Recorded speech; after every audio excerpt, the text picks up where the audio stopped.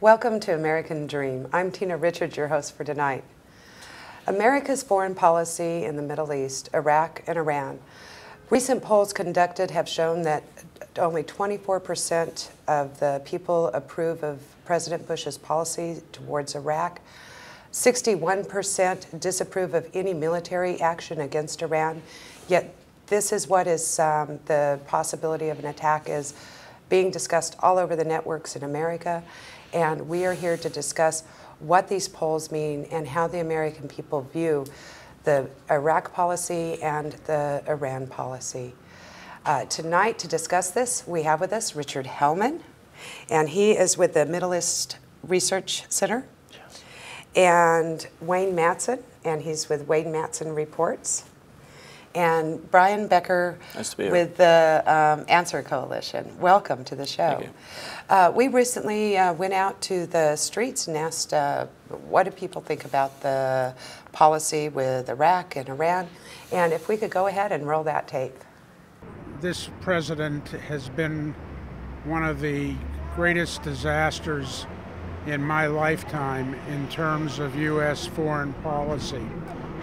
I think we've lost the respect of numerous countries in the world that were formerly very pro-American, very much in our corner, very much willing to work with us to deliver freedom to various parts of the world.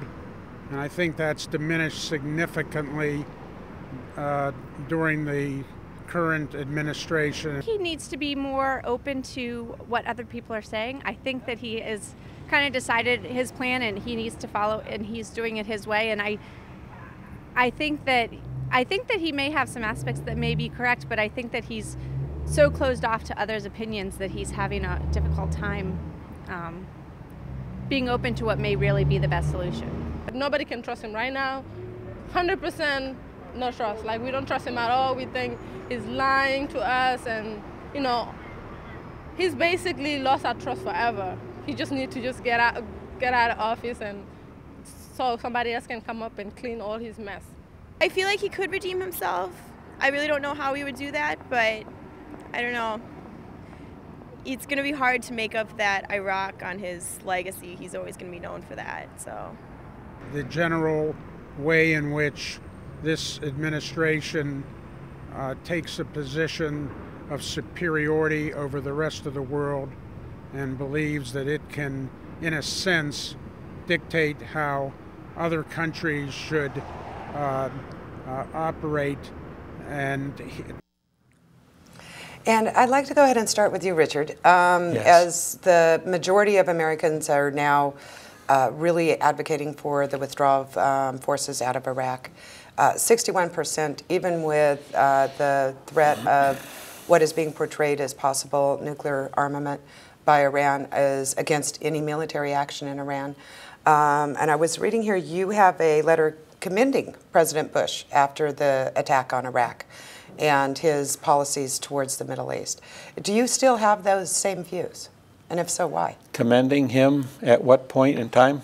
On March 19th, 2003, you were a signer of a letter commending him for his policies.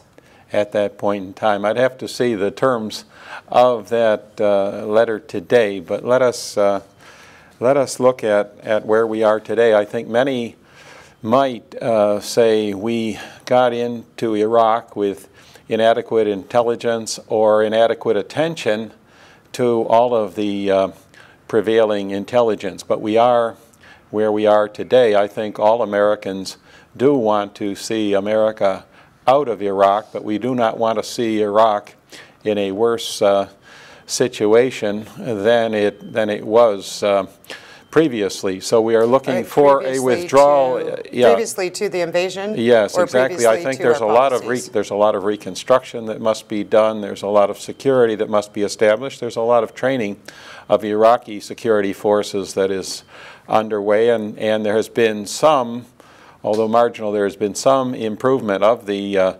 situation in Iraq, as has been cited by General Petraeus and Ambassador Crocker and others. It's not a major turn and a complete revival of the American or the Allied effort in Iraq, but there has been some improvement, and I believe that if we looked at the polls, there is some improvement in the number or the percentage of Americans who believe that we are having some success in Iraq. But certainly, as it's still 24% supporting the policies. Well, yes, America's but I policies. think a larger percentage believe that there has been some improvement in the situation in Iraq than previously. But having said that, we all want to get out of Iraq. The question is how to do it without leaving it a worse situation than previously. And as you, I believe, are going to bring us to the interaction between Iraq and Iran, we do not want to leave the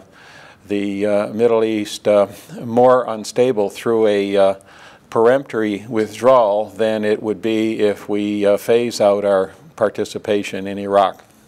Okay, and that is the, according to the letter to President Bush, that it was commending him for the policies that he had towards the Middle East and Israel to secure it, is part of that as a signer. So, so at this point, at one point you were for, but now you're not supporting those same positions, or just to get it clear, I'm just trying to, where the American polling is at and everything. Yes, I understand. I think that... So you don't hold these same positions? I have not seen the exact letter that you're talking about prior to this program, but having said that, I think that today we must evaluate what has transpired in Iraq. Clearly, there was an inadequate attention to what would happen after the initial military success in deposing the dictator Saddam Hussein. Many believed that the Iraqi people would rally to the coalition forces as liberators. That was oversimplified, to say the least, and it has turned into a very difficult situation, to say the least. But where we are today is where we are, and I believe that everybody wishes to... where we're at in the polling, which puts you now in the majority. Which now your position at the very beginning of the invasion was against the invasion. You were part of a minority. And now this is, the polls here in America have switched to show that 76% are against keeping troops in Iraq. And 61% are against any military attack against Iran. And where's that in the polls with your Answer Coalition and everything else? I mean, well, I think that there's been something of a misnomer about where public opinion actually stood prior to the beginning of the Iraq War. On October 26, 2002, in other words, just 5 years ago, we had 200,000 people here in Washington, D.C., and then 3 months later, on January 18th, 500,000, and then on February 15th, another 500,000. The people of the United States at that time were in the streets saying they could see that this was a war of aggression that was being planned, that Iraq did not pose any imminent danger to the Americans, that the Iraqi government had no relations with al-Qaeda or any connection to the September 11th attack. Mr. Hellman and the apologists for the war, who now say that they have to take into account the fact that things have not gone as well or that it was oversimplified, are missing the whole point, which is that the Bush administration tried to speak in the name of the American people, tried to act as if he was speaking in our name when he sent our young men and women to go kill and be killed in a country that was at peace with the United States. But at that time, the people of the United States did not agree that this aggression was carried out with their consent. And I think today what we see is that the statements of the... Is there a difference between, because the overwhelming majority of the Congress and Senate approved of it, and just recently there was a resolution passed in the Senate, 77 signing, that the military forces in Iran are considered terrorist group. So Congress, the majority of Congress was for an attack and invasion into Iraq. Yes, and I think